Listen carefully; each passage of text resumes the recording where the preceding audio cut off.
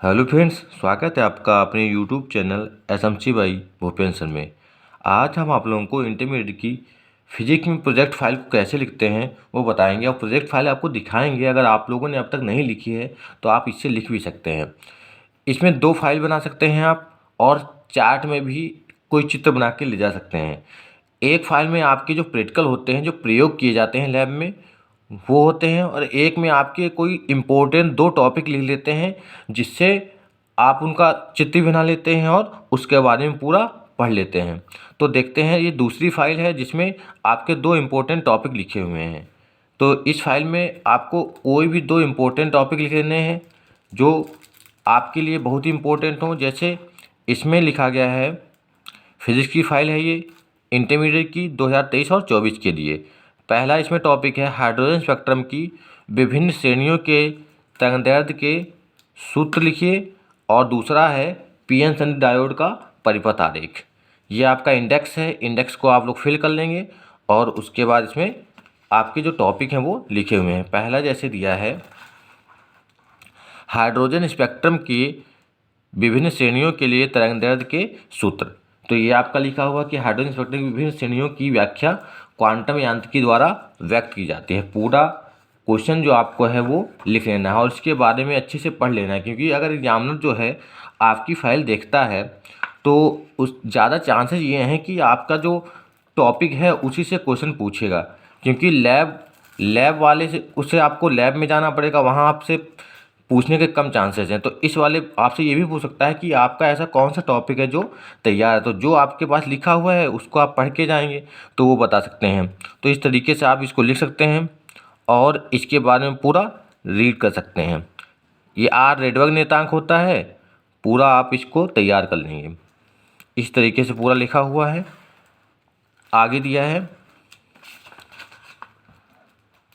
ये दिया हुआ है लाइमन श्रेणी। इसमें 5 श्रेणियाँ होती हैं, लाइमन श्रेणी, बामर श्रेणी, और इसकी तरंगदैर्ध्य भी आपको याद करनी है कि सबसे बड़ी तरंगदैर्ध्य कितनी होती है, सबसे छोटी तरंगदैर्ध्य क्या होती है, आर का मान क्या होता है, लैम्डा क्या होता है, और इसका सूत्र 1/λ बराबर आर 1/1² माइनस 1/n² ये दिया है पूरा बामर श्रेणी का।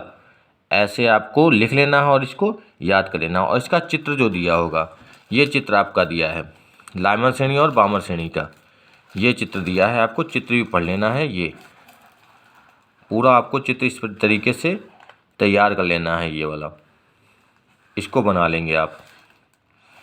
पार्सन श्रेणी आगे दिया है, तीसरा होता है पार्सन श्रेणी, और उसके बाद पार्सन श्रेणी का सूत्र और उसकी तरंगदैर्ध्य आपको याद कर लेनी है कि सबसे बड़ी तरंगदैर्ध्य कितनी होती है और सबसे छोटी तरंगदैर्ध्य। ये पूरा तैयार करने के बाद आपको अगला टॉपिक मिलेगा। ये ब्रैकेट श्रेणी दी है, ब्रैकेट श्रेणी में हाइड्रोजन का अधिकतम तरंगदैर्ध्य कितनी होती है हाइड्रोजन स्पेक्ट्रम की, और न्यूनतम। लास्ट वाला 5वां होता है फुंड श्रेणी। इसमें भी आपको वही सेम फार्मूला याद करने लेना है, बस n1 n2 का मान चेंज हो जाता है। और इसमें इसकी आयनन ऊर्जा जो होती है E1 बराबर माइनस का R/SC/1² होती है, ये इसका सूत्र होता है। यहाँ से इसकी आयनन ऊर्जा भी आप तैयार कर सकते हैं, 13.6 इलेक्ट्रॉन वोल्ट होती है। लाइमन श्रेणी के लिए यहाँ पे लैम्डा का मान दिया है, बामर श्रेणी के लिए सारे मान यहाँ पे दे रखे हैं और इसकी ऊर्जा भी दे रखी है। यहाँ से ऊर्जा भी आप याद कर सकते हैं डायरेक्ट, या तो इसको सॉल्व करके भी कर सकते हैं।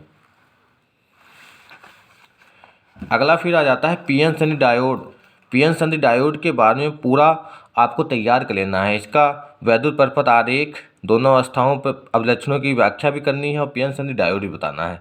तो पीएन संधि डायोड क्या होता है, जब एक पी टाइप अर्धचालक क्रिस्टल को एक विशेष विधि द्वारा एन टाइप अर्धचालक क्रिस्टल के साथ जोड़ा जाता है, तो ये पीएन संधि डायोड कहलाता है। इसके बारे में पूरा आपको तैयार पीएन संधि डायोड में वैद्युत धारा का प्रवाह ये पढ़ लेना है और इसके बारे में पूरा तैयार कर लेना है। अग्र अभिनत क्या होता है, मतलब फॉरवर्ड बायस और रिवर्स बायस, उत्क्रम अभिनत, अग्र अभिनत और उत्क्रम अभिनत। और इसका चित्र ये दिया है, ये दिया है चित्र पीएन संधि डायोड। ये कोटर दिया है, ये दिया है पीएन संधि डायोड, और इसका ये आरेख दिया हुआ है, ये आरेख दिया है। इसको तैयार कर लेना है आपको। ये पूरा आपका क्वेश्चन तैयार हो जाएगा। लॉन्ग क्वेश्चन भी इससे आ सकता है आपके, दोनों इंपॉर्टेंट क्वेश्चन हैं ये। इन दोनों से कोई भी लॉन्ग क्वेश्चन भी आपका आ सकता है।